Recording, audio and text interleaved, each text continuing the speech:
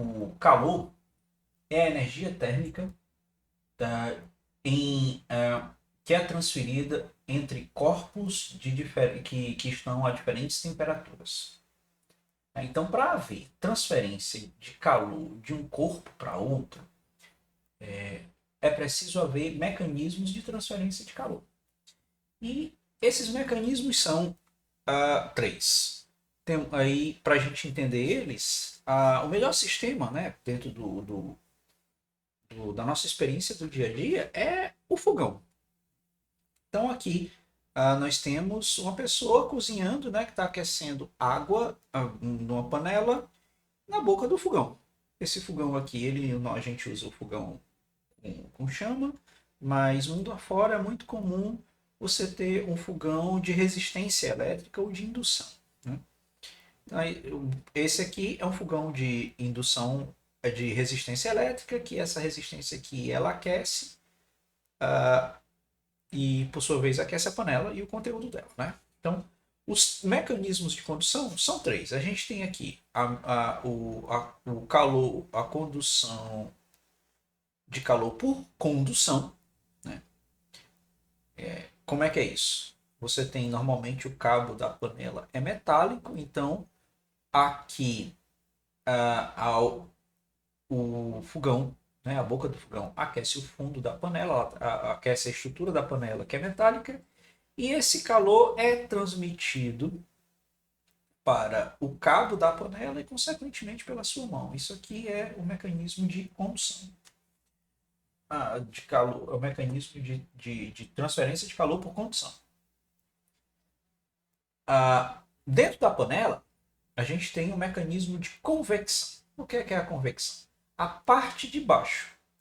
A parte de a água que está no fundo da panela, ela é aquecida primeiro. Então, essa água vai dilatar e ela vai tentar subir para a parte superior da panela.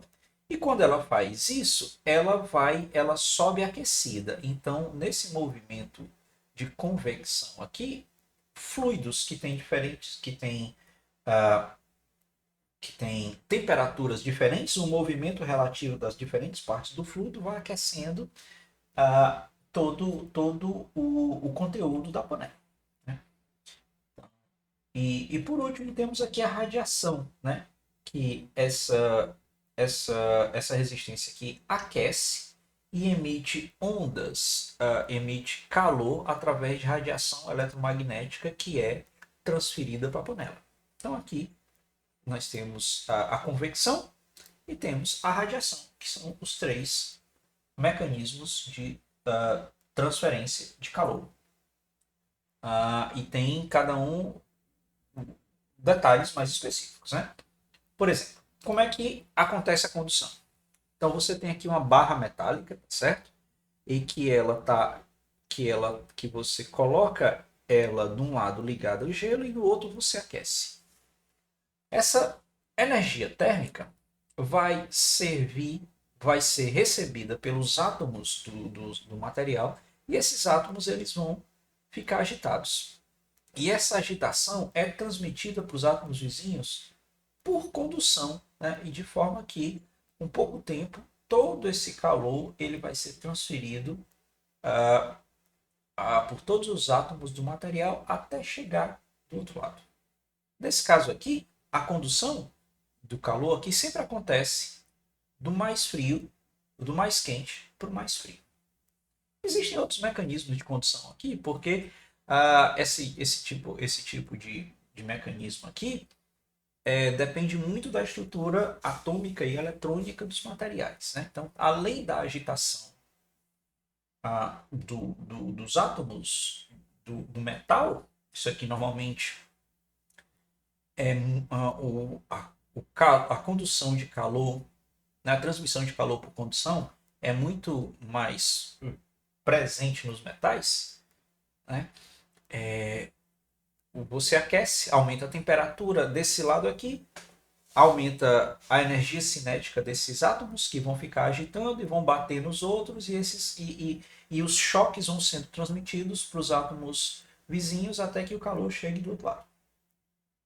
Mas existem outros mecanismos também. Às vezes, elétrons são arrancados dos átomos hospedeiros e eles são elétrons quentes, de altíssima energia cinética, que eles estão livres para caminhar por todo o metal e também aquece o metal.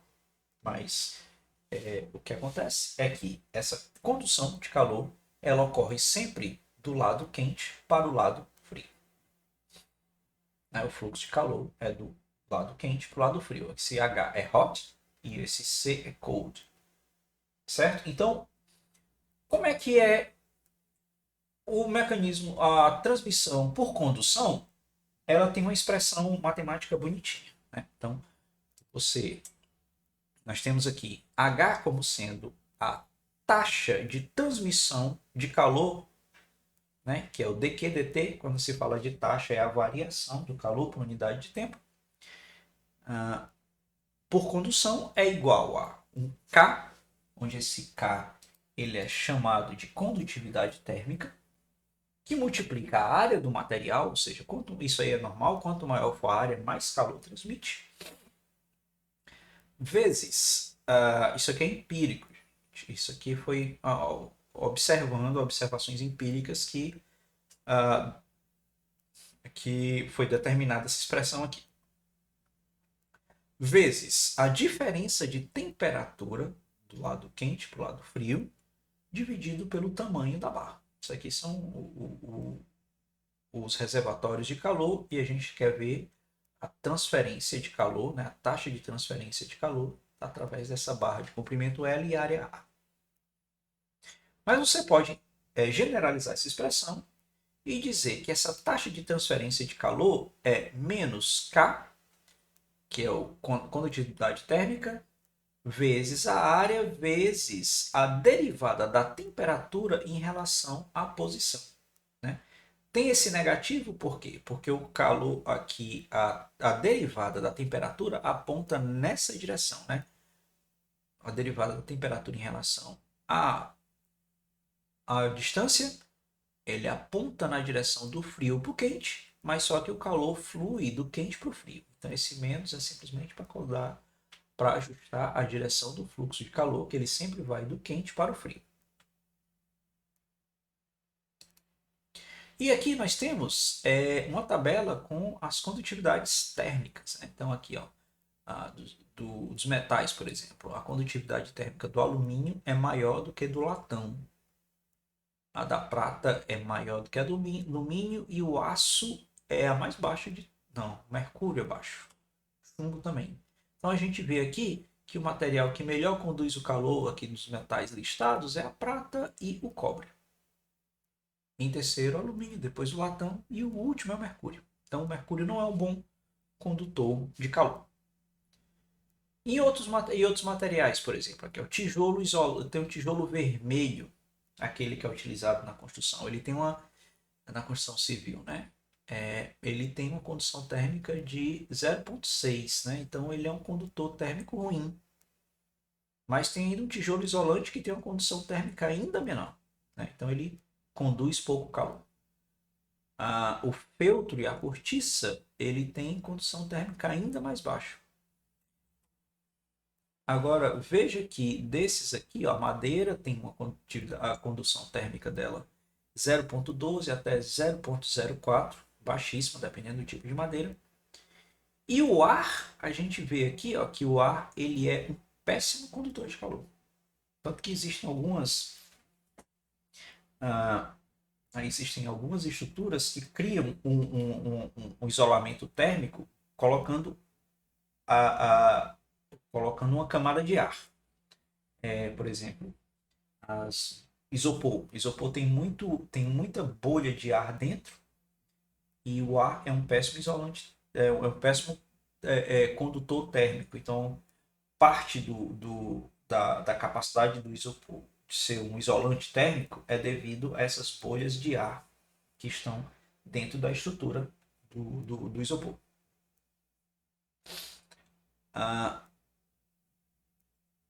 Mas essa taxa de transferência de calor, que a gente chama de H aqui, pode ser escrita de outra forma.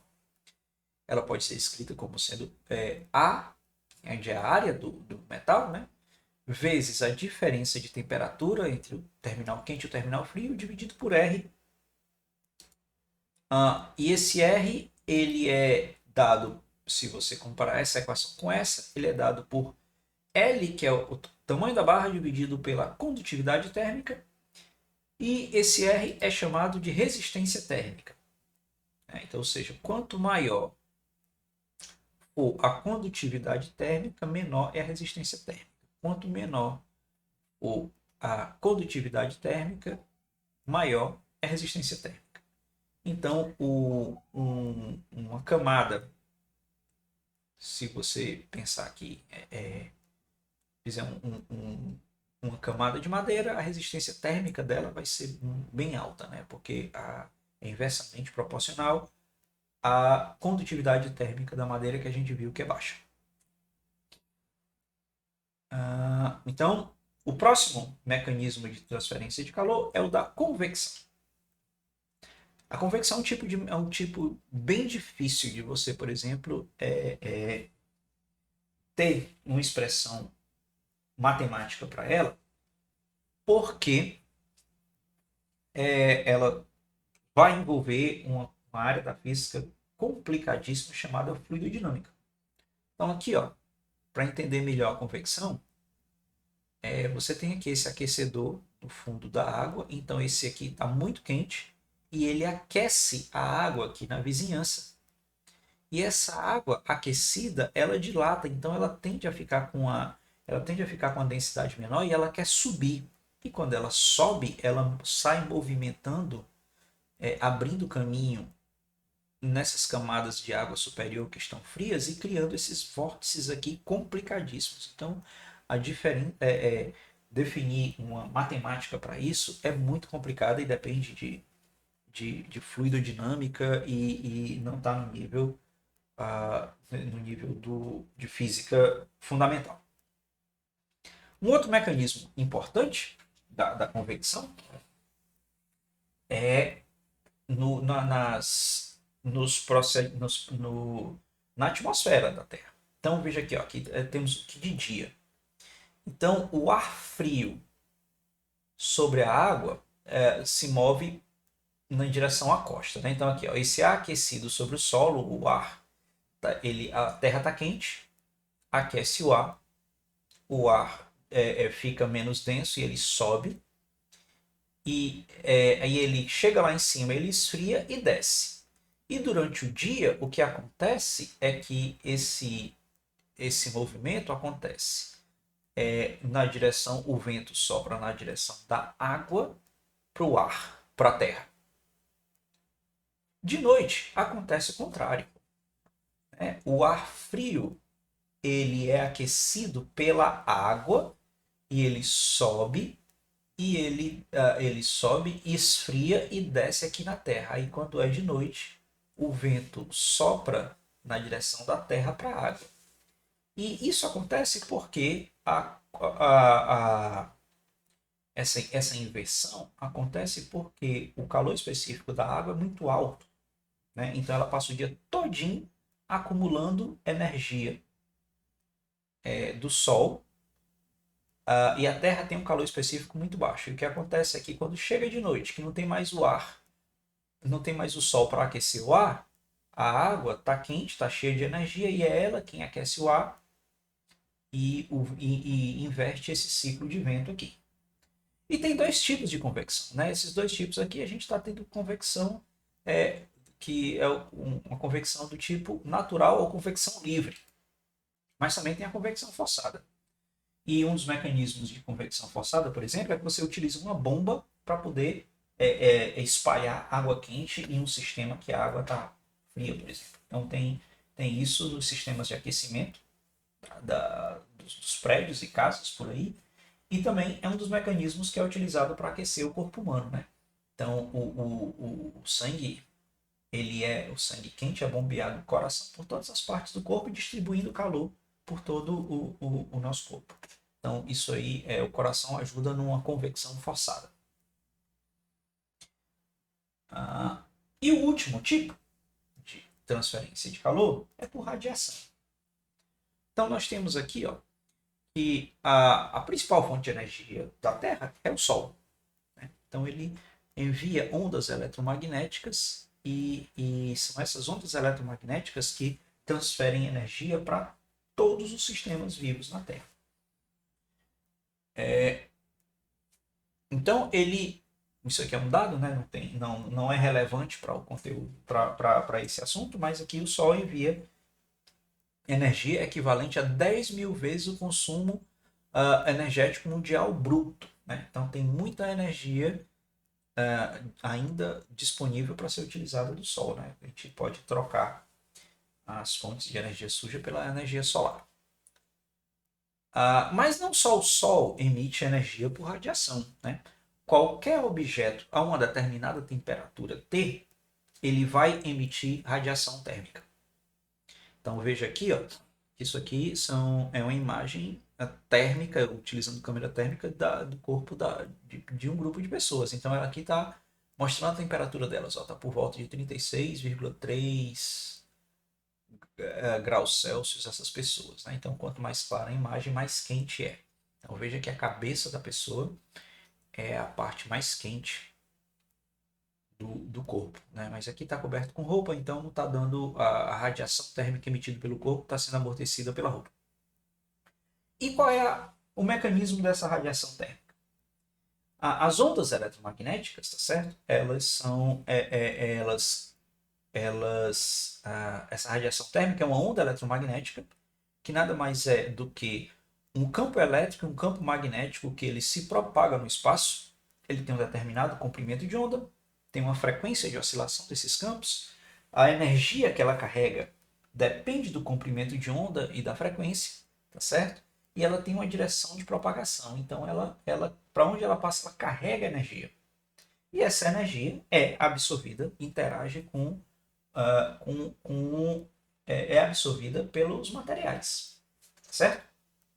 Então, diferente da condução e da convecção, que precisa de um meio para o calor propagar, lá no caso da condução, precisa ter um meio, um metal, por exemplo, que o calor pode ser transmitido. A convecção também precisa de um meio, né? Pode ser o ar, pode ser água, que significa que é o movimento relativo de um fluido que tem diferentes temperaturas em parte dele. Então, o movimento da água quente subindo esfria, aquece o fluido, né? No caso lá do slide anterior. Já a radiação não precisa de meio. A radiação, essa energia pode ser transferida pelo vácuo. E se você tiver um corpo a uma determinada temperatura T na escala Kelvin, a taxa de energia radiativa emitida por esse corpo é dado pelo produto da área, vezes essa constante que é chamada emissividade do corpo.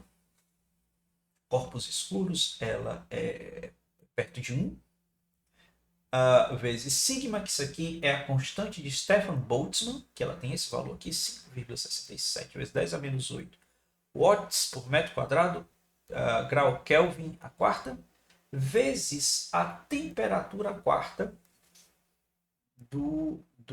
da superfície do objeto.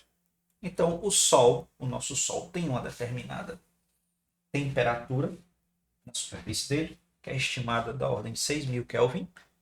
Então, ele emite uma taxa de energia que é proporcional à área do Sol, vezes a emisividade, vezes a constante de Boltzmann, vezes a temperatura do Sol elevada à quarta potência. Isso aqui também vale para essas pessoas, tá certo? Isso aqui também vale para a temperatura dessas pessoas. Todas elas estão emitindo energia radiativa. Agora, nós vivemos, nós temos uma determinada temperatura T, isso vale para qualquer objeto a uma determinada temperatura T, tá certo? Qualquer objeto a uma temperatura T, ele emite energia radiativa. Mas a gente está no meio ambiente que também tem uma determinada temperatura. E se ele tem uma determinada temperatura, ele também emite radiação. certo? Então, e parte dessa, e a gente emite uma radiação, mas também a gente pode absorver radiação, porque quem emite também absorve, tá certo?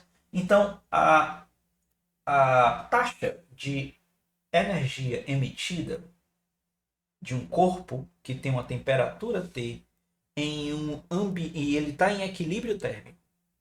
Não, não precisa estar em equilíbrio térmico. E ele está a uma temperatura T e em um ambiente que está a uma temperatura TS, a taxa de emissão dele, né, porque ele emite uma determinada parte, mas pode absorver a que o ambiente está emitindo para ele. Então a taxa total de energia vai ser proporcional à área vezes a emissividade vezes a constante de Boltzmann vezes a diferença da temperatura do objeto aqui, da pessoa, a quarta, menos a temperatura do ambiente elevado à quarta. Então, isso aqui é a taxa de energia que é a radiativa emitida pela pessoa. Então, para concluir essa parte de condução de mecanismos de transmissão de energia, a gente vai resolver uns exemplos agora.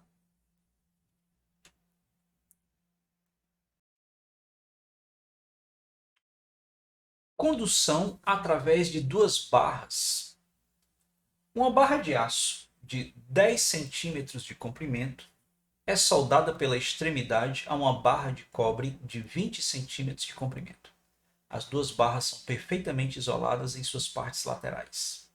A seção reta das duas barras é um quadrado de lado igual a 2 centímetros. A extremidade livre da barra de aço é mantida a 100 graus Celsius pelo contato com o vapor de água obtido por ebulição, e a extremidade livre da barra de cobre é mantida a 0 grau por estar em contato com gelo. Calcule a temperatura na junção entre as duas barras e a taxa total de transferência de calor. Então, nós temos o sistema aqui. Ó. Essas duas barras elas são soldadas, tem um pedaço de aço de 10 centímetros, um pedaço de cobre de 20 centímetros. Os dois pedaços têm uma área transversal quadrada com um lado de 2 centímetros e o lado do aço está em contato com um reservatório de calor que está 100 graus Celsius e o outro lado está 0 graus Celsius. Então a gente sabe que o fluxo de calor vai acontecer do quente para o frio. Então a temperatura vai diminuir de 100 até 0 do outro lado e a gente quer saber qual é a temperatura aqui na junção. E a taxa total de transferência de calor através desse sistema. Pois bem. A condutividade térmica do aço é 50,2 watt metro Kelvin e do cobre é bem maior, 385 watts por metro Kelvin.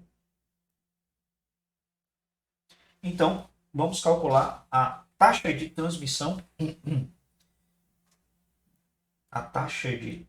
de energia através do aço. Isso aí é a área da barra de aço vezes a condutividade térmica vezes a diferença de pressão, que está 100 numa determinada extremidade e T no final da barra, esse T ninguém sabe, dividido por L, o comprimento da barra de aço. Substituindo os valores, a gente vai ter que vai ficar 50,2A, que multiplica 100 menos T, que é a temperatura da junção, dividido por 0,1. A taxa de condução do cobre é a área da barra vezes a condutividade do cobre, vezes a diferença de temperatura, a gente vai ter numa extremidade T na junção, que é a temperatura T que a gente quer descobrir, menos 0 na outra, dividido pelo comprimento da barra de cobre. Isso aí vai dar 385A, que multiplica T, dividido por 0,2. Agora, veja um determinado detalhe aqui. A barra está isolada lateralmente, então o calor ele tem que ser conduzido através aqui da junção das duas barras. Então, todo o calor que entra tem que sair do outro lado.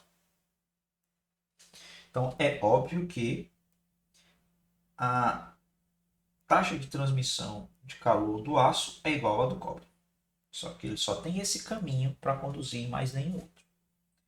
Então, igualando aí as expressões, né? Aquele 50,2 dividido por 0,1 dá 502 vezes A, que multiplica 100 menos T, igual a 385 dividido por 0,2, isso aí vai dar 1925, que multiplica A, que é a área da barra, vezes T, cancela A com A, e simplificando as equações, nós vamos ter 2.427T igual a 50.200. Isso nos dá uma temperatura T na junção de 20,7 graus Celsius. Então a gente precisa agora calcular qual é a taxa de transferência de energia térmica através da barra.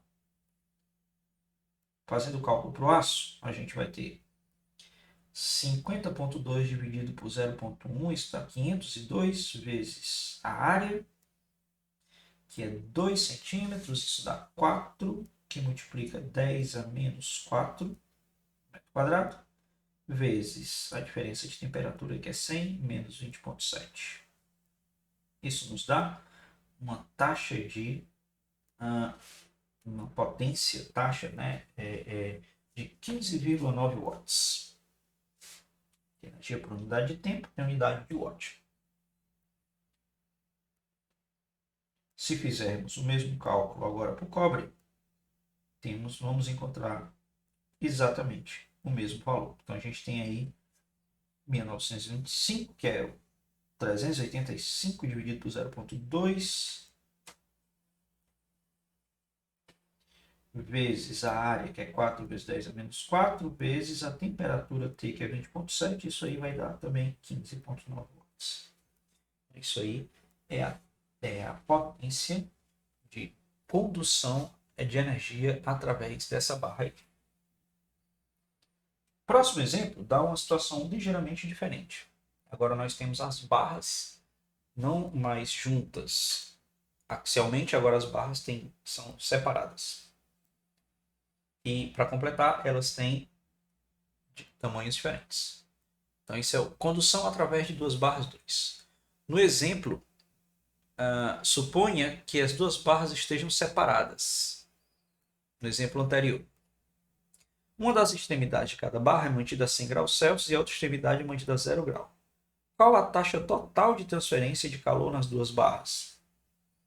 Bom, a gente já tem os dados, a gente sabe que a condutividade do aço, a condutividade térmica do aço é 50,2 watt metro Kelvin e do cobre é 385 watt metro Kelvin. A gente vai calcular a potência de transmissão energética do aço, que é condutividade vezes a área, vezes a diferença de temperatura, agora está fixo, assim de um lado, zero do outro, dividido pelo comprimento do aço. O comprimento do aço é 10 centímetros, ou 0,1 metro. Substituindo os valores aí já da área, a gente obtém que a potência de transmissão da barra de aço é 20,08 watts. Já para o de cobre, a gente vai ter que vai ser a condutividade térmica do cobre vezes a área, vezes a diferença de temperatura, que é exatamente a mesma, tá 100 de um lado e 0 do outro, dividido pelo tamanho da barra de cobre. Substituindo aí os valores, a gente vai ter que a potência, a taxa de transmissão de energia térmica da barra de cobre é 77 watts. Aí ele quer saber qual a taxa de transferência total. Veja que aí a energia que está de um lado tem dois caminhos para atravessar para o outro lado.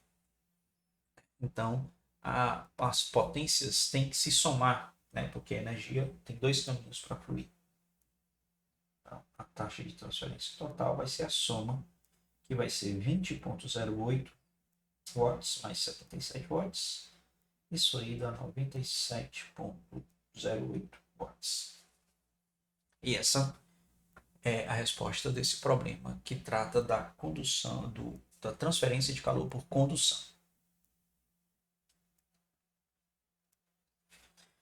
Vamos agora resolver um problema de radiação. Radiação do corpo humano. Sabendo que a área total do corpo é 1,2 metro quadrado e que a temperatura da superfície do corpo é 30 graus Celsius, que é igual a 303 graus Kelvin, calcule a taxa total de transferência de calor do corpo por radiação. Se o meio ambiente está a uma temperatura de 20 graus Celsius, qual é a taxa resultante do calor perdido pelo corpo por radiação? Bom, tem a taxa se o corpo estivesse no vácuo, né, que depende só da temperatura dele, mas só que o meio ambiente também está a uma determinada temperatura que ele emite radiação e parte. E a gente tem aqui, a gente emite, mas a gente também pode absorver um pouco do meio ambiente. Aí o problema pede para utilizar a emissividade do corpo próxima da unidade, ou seja, aquele constante é igual a 1, independente da pigmentação da pele, que depende também da pigmentação da nossa pele. Pois bem, então nós temos aí que a temperatura da superfície do nosso corpo ela é 303 Kelvin, né, que está a 30 graus. A temperatura do ambiente está a 20 graus, 20 graus Celsius, em Kelvin vai dar 293 Kelvin. A área do corpo é 1,2 metro quadrado e a emissividade é 1. A constante de Stefan Boltzmann é 5,67 vezes 10 elevado a menos 8 watts metro quadrado.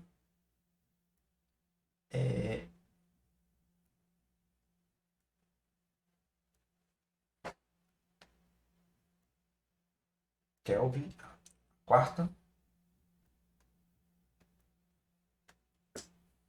Então, a gente vai calcular a taxa emitida pelo corpo total. Vai ser 1,2, que é a área, vezes 1, que é a emissividade, vezes a constante de Boltzmann, vezes a temperatura de 303 Kelvin elevado a quarto. Fazendo-se as contas aí, a gente encontra que o nosso corpo sozinho emite 572 watts de energia. É muita energia, né? Agora, uma parte a gente reabsorve do meio ambiente, porque quem emite também absorve. Então, a emissão total, né, a emissão líquida, o tanto que a gente emitiu menos o que a gente absorveu do meio ambiente, vai ser a área do corpo vezes a emissividade, vezes a constante de Stefan Boltzmann, menos a temperatura da superfície a quarta, vezes a temperatura da superfície a quarta, menos a temperatura do ambiente a quarta. Substituindo aí os valores, 1,2 metro quadrado, vezes 1, vezes a constante de Stefan Boltzmann, vezes 303 a quarta, menos 293 a quarta, são números grandes, mas a gente usa a calculadora e encontra que a taxa total de emissão por radiação, aquilo que a gente emitiu menos o que a gente absorveu do meio ambiente, é 72 watts. Então, veja que a gente emite muita energia por radiação térmica. E nós que somos seres homeotermos, que a gente tem a temperatura constante, a gente emite está constantemente emitindo essa energia. Então, para que a gente consiga manter isso, é um monte de energia que a gente precisa absorver na forma de alimentação para poder manter a emissão, para manter 72 watts de energia emitida só por causa da nossa temperatura. Isso não estamos falando também dos processos biológicos que também consomem muita energia, né? Então, estar vivo, a gente pode concluir que estar vivo gasta muita energia. Tá certo? Pois bem, gente. Então, a gente fica por aqui nesse capítulo e a gente se vê no próximo.